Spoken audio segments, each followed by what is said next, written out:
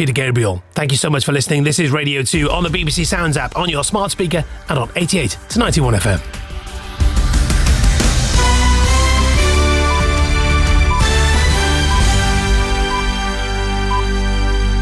BBC News at 9 o'clock on Sunday, the 5th of February. Good morning, this is Mike Powell.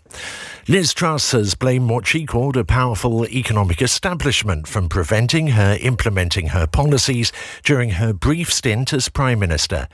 The US is trying to find the wreckage of a Chinese balloon suspected of being used for spying, which was shot down by an American fighter jet.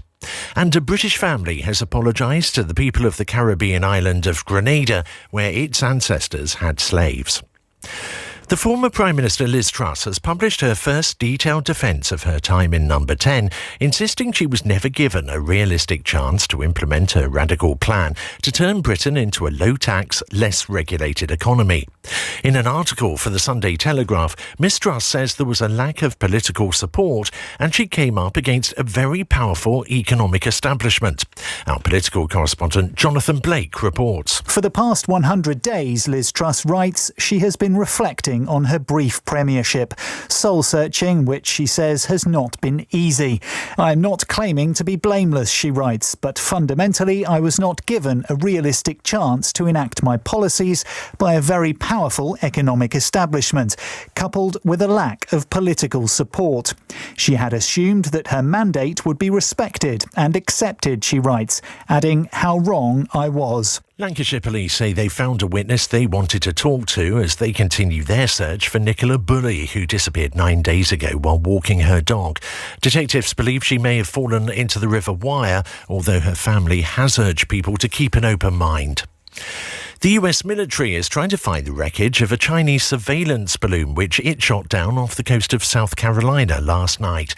The Chinese Foreign Ministry has accused Washington of an overreaction, insisting the balloon was for meteorological research. A defence and security analyst, Dr. Michael Clark, says the incident is embarrassing for China. The United States gets the benefit of pointing out to the rest of the world, look, the Chinese do this all the time.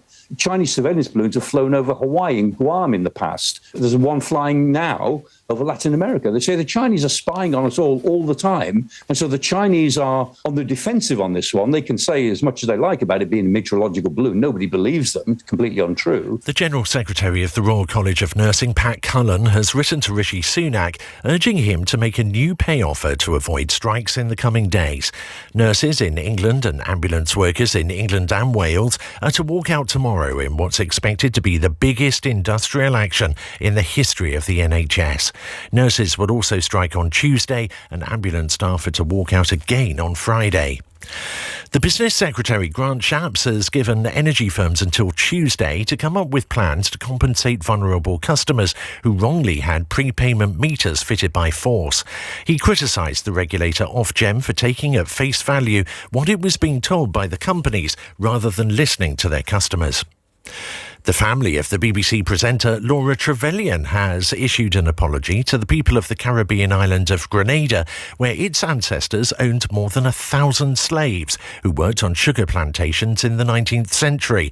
Laura Trevelyan said she would pay about £100,000 to establish a community fund on the island. Our family received the equivalent of about £3 million in compensation when slavery was abolished. We got that money in 1834. So for me to be giving £100,000 almost 200 years later for a fund that's going to look at economic development in Grenada and the Eastern Caribbean, maybe that seems like it's really inadequate. But I hope that we're setting an example. 10 original episodes of The Wombles have been remastered in high definition to mark the 50th anniversary of the children's television programme. The fictional pointy-nosed creatures have become part of British culture since the BBC first aired the show in 1973. Our correspondent Louisa Pilbeam has this report. Underground, overground, Womble The children's television show was famous for its eco-friendly characters, a family of litter-picking creatures who live beneath Wimbledon Common.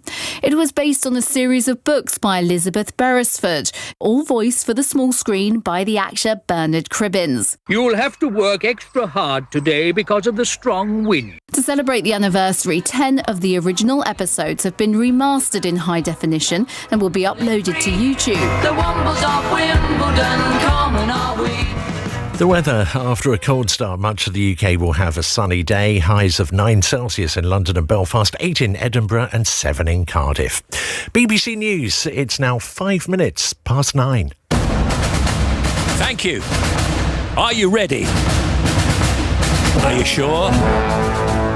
Stand by. Here comes Love Songs.